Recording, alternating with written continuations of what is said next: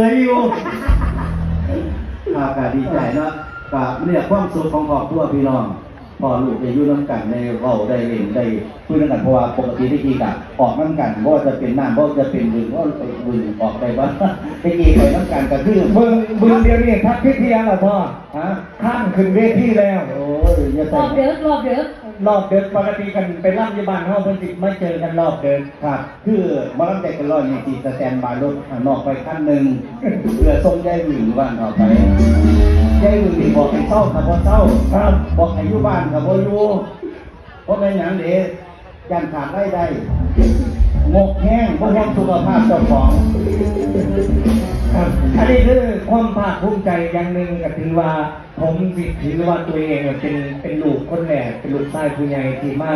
เปิดบันทึกเล่มใหม่ไม่เฮ็ดวงเป็นของตัวเองแล้วก็พี่น้องชายแล้วก็พี่น้องนกพงศกรครับ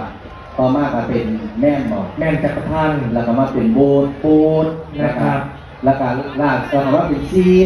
เจซีแล้วก็ล่าสุดนี่ก็จะเป็นของน้องแต้วสุกัญญาครับสำหรับ